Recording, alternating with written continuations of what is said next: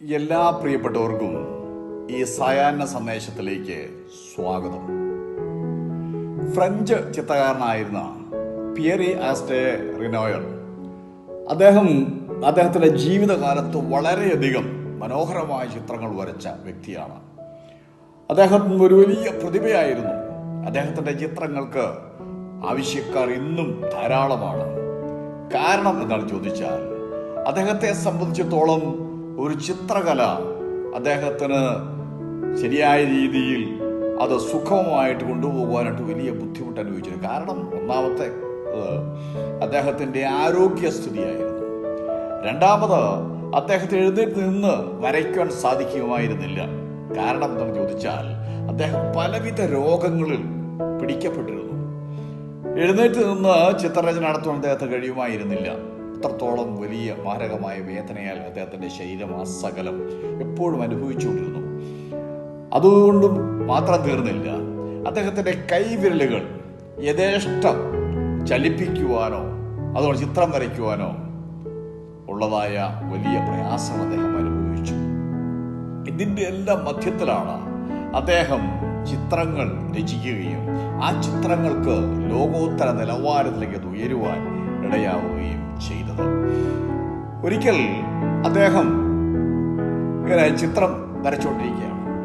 അദ്ദേഹത്തെ സംബന്ധിച്ചിടത്തോളം വേദന കൊണ്ട് അദ്ദേഹം പൊളയുന്നു. ഒരു മനുഷ്യൻ അത് കണ്ടിട്ട് അദ്ദേഹത്തോട് ചോദിച്ചു, നിങ്ങൾ ഇത്രയധികം വേദനപ്പെട്ടുകൊണ്ട് എന്തിനാണ് ഈ ചിത്രം വരയ്ക്കുന്നത്? നിങ്ങൾ സഹിക്കുന്ന വേദന എനിക്ക് പോലും അത് നോക്കി നിൽക്കാണ്ട് കഴിയുന്നില്ല. അദ്ദേഹം പറഞ്ഞത് ഇപ്രകാരമാണ്: എൻ്റെ ഈ വേദന ഇന്നോ അല്ലെങ്കിൽ നാളെയോ അതങ്ങോട്ട് അവസാനിക്കും.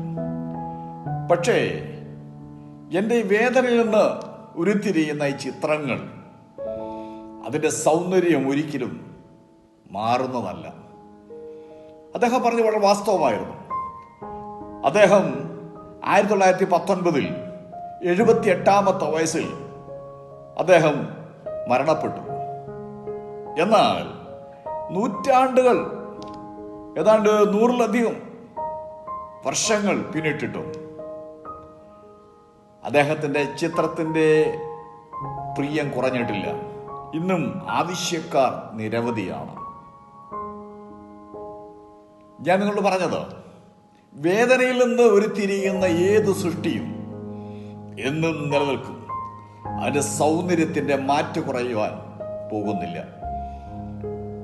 നാം ഇന്ന് അനുഭവിച്ചുകൊണ്ടിരിക്കുന്ന ഈ സ്വാതന്ത്ര്യം, ഈ ഭാരതം എന്ന് നിലനിൽക്കുന്നത് തന്നെ മഹാത്മാഗാന്ധിയെ പോലെയുള്ള വലിയ വലിയ നേതാക്കന്മാർ അഥവാ ആ മഹാരഥന്മാർ അനുഭവിച്ച വേദനയും ത്യാഗവും നിമിത്തമാണ് ഇന്ന് നമ്മുടെ ഭാരതം സ്വതന്ത്രമായി തന്നെ നിലനിൽക്കുന്നത്. വിശുദ്ധ ബൈബിളിൽ 7-ാം അധ്യായം 58 മുതൽ 60 വരെ വാക്യങ്ങൾ നാം വായിക്കുമ്പോൾ നമുക്കവിടെ ചില കാര്യങ്ങൾ കാണാൻ കഴിയുന്നുണ്ട്. ഞാൻ നിങ്ങളെ വായിച്ചു കേൾപ്പിക്കാം. സ്തേഫാനോസിനെ നഗരത്തിൽ നിന്ന് തള്ളി പുറത്താക്കി കല്ലെറിഞ്ഞു. സാക്ഷികൾ തങ്ങളുടെ വസ്ത്രം ശൗൽ എന്നു പേരുള്ള ഒരു ബാല്യക്കാരന്റെ കാൽക്കൽ വെച്ചു. കർത്താവായ യേശുവേ, എൻ്റെ ആത്മാവിനെ കൈക്കൊള്ളണമേ, ഇവരുടെ പാപങ്ങൾ നിർത്തരുതേ എന്ന് സ്തേഫാനോസ് വിളിച്ച് അപേക്ഷിക്കുകയിൽ അവർ അവനെ കല്ലെറിഞ്ഞു. അവൻ നിദ്ര പ്രാപിച്ചു. ഇവിടെ താഴെ വായിക്കുന്നത് ഇങ്ങനെയാണ്: അവനെ കൊല ചെയ്യുന്നത് ശൗലിന് അഥവാ പൗലോസിന് സമ്മതമായിരുന്നു. അതായത് പൗലോസ് എന്ന് പറയുന്ന ശൗല് മറ്റുള്ളവരുടെ പടയാളികളുടെ വസ്ത്രം കാത്തോട് നിന്ന ഒരു വ്യക്തിയായിരുന്നു. ഈ ശൗലിന് സ്തേഫാനോസിനെ കൊല്ലുന്നതിൽ സമ്മതമായിരുന്നു എന്നും രേഖപ്പെടുത്തിയിട്ടുണ്ട്. എന്നാൽ അവനെ കല്ലെറിയുന്നതും ആ കല്ലെറിയുമ്പോൾ അവന്റെ മുഖത്തുള്ള ആ മുഖഭാവവും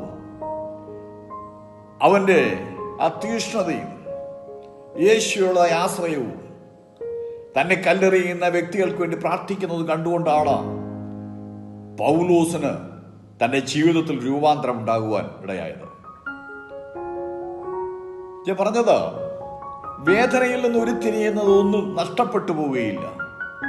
അതിൽ നിന്നും ഉരുത്തിരിയുന്ന ഇതിൻ്റെ സൗന്ദര്യം ഇല്ലാതെ വരികയുമില്ല. കർത്താവായ യേശു ക്രിസ്തുവിന്റെ ക്രൂശീകരണ സമയത്ത് യേശുവിന്റെ കൈകാലുകൾ ക്രൂശോട് ചേർത്ത് കാരിലും പാണികളാൽ ബന്ധിക്കുകയാണ്. ആ സമയത്ത് കർത്താവ് ഇങ്ങനെ പ്രാർത്ഥിച്ചു, ഇവർ ചെയ്യുന്നത് ഇന്നതെന്നറിയായികയാൽ ഇവരോട് ക്ഷമിക്കണമേ.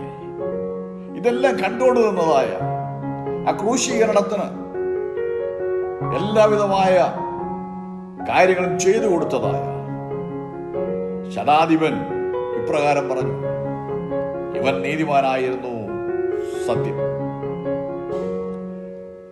അതായത് ഒരു വ്യക്തിയുടെ വേദനയിൽ നിന്ന് ഉരുത്തിരിയുന്ന ഒന്നിനും നശിക്കുവാൻ കഴിയില്ല.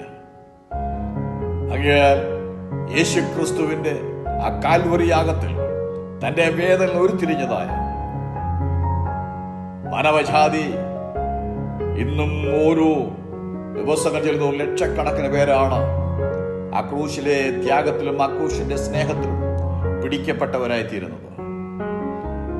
എന്നെ കേൾക്കുന്ന പ്രിയ സഹോദര, പ്രിയ സഹോദരി, പ്രിയ മാതാവേ, പ്രിയ പിതാവേ, പ്രിയ കുഞ്ഞെ, നീ അനുഭവിക്കുന്ന വേദന വലുതാണെന്ന് നിനക്ക് തോന്നിയേക്കാം, പ്രയാസങ്ങൾ വലുതാണെന്ന് നിനക്ക് തോന്നിയേക്കാം, ഞാൻ ഇപ്പോഴും തകർന്നു പോകുമെന്ന് തോന്നിയേക്കാം. പക്ഷെ ഞാൻ ഇക്കാര്യം പറയാം, വേദനയിൽ നിന്ന് ഉരുത്തിരിയുന്ന സൗന്ദര്യമുണ്ടല്ലോ, വേദന ഉരുത്തിരിയുന്നതായ ആ കാര്യമുണ്ടല്ലോ, അതൊരു കാരണവശാൽ തകർന്നു പോവുക, നശിച്ചു പോവുകയില്ല. അത് നിന്നെ നിലനിർത്തുന്നത് ആ വേദനയാണ്. അതുകൊണ്ട് നിരാശപ്പെട്ടു പോകരുത്. ക്രിസ്തുവിന്റെ ആ ത്യാഗ മനോഭാവമാണ് ആ വേദനയിൽ നിന്ന് ഉരുത്തിരിഞ്ഞതായ സ്നേഹം നിന്നെയും വിളിക്കുന്നു. നിനക്കും ഒരു നിത്യരക്ഷ കൈവശമാക്കുവാനായിട്ട് കഴിയും. അതുകൊണ്ട് കർത്താവിൽ നമുക്ക് ആശ്രയിക്കുക. വേദനയിൽ നിന്ന് ഉരുത്തിരിയുന്ന യാതൊന്നും നശിച്ചു പോവുകയില്ല എന്നുള്ള കാര്യം മറന്നു പോകാതിരിക്കുക. പേറി അഗസ്റ്റേ റിനോയ്സിന്റെ വേദനയിൽ നിന്നും ഉരുത്തിരിഞ്ഞ ചിത്രങ്ങൾക്ക് ഇന്നും ആവശ്യക്കാർ ഏറെയാണ്. സ്തെഫാനോസിന്റെ വേദന നിറഞ്ഞതായ മരണത്തിൽ പൗലോസിനെ രൂപാന്തരപ്പെടുത്തിയെടുത്ത ആ സ്നേഹമുണ്ടല്ലോ, അതാണ് യഥാർത്ഥമായി നിലനിൽക്കുന്നതായ സൗന്ദര്യം എന്ന് പറയുന്നത്. യേശുക്രിസ്തുവിന്റെ ത്യാഗം ആ വേദനയിൽ നിന്ന് ഉരുത്തിരിഞ്ഞതായ സഭയെ നശിപ്പിക്കുവാനും ഒരു ശക്തിക്കും സാധ്യമല്ല. ആ ക്രിസ്തുവിന്റെ സ്നേഹം നിന്നെയും മാടി വിളിക്കുന്നുണ്ട്. നിന്നെയും നിലനിർത്തുന്നതായ ആ ദൈവിക സ്നേഹത്തിലേക്ക് ഞാൻ നിങ്ങളെ ക്ഷണിക്കുന്നു. കർത്താവ് നമ്മെ അവരെ അനുഗ്രഹിക്കുവാനാകട്ടെ. നിങ്ങൾ ഇന്നുവരെയും ഈ ചാനൽ സബ്സ്ക്രൈബ് ചെയ്തിട്ടില്ല, സബ്സ്ക്രൈബ് ചെയ്യുക, ലൈക്ക് ചെയ്യുക, ഷെയർ ചെയ്യുക. ഞാനിടുന്ന വീഡിയോസിൻ്റെ നോട്ടിഫിക്കേഷൻ നിങ്ങൾക്ക് ലഭിക്കും.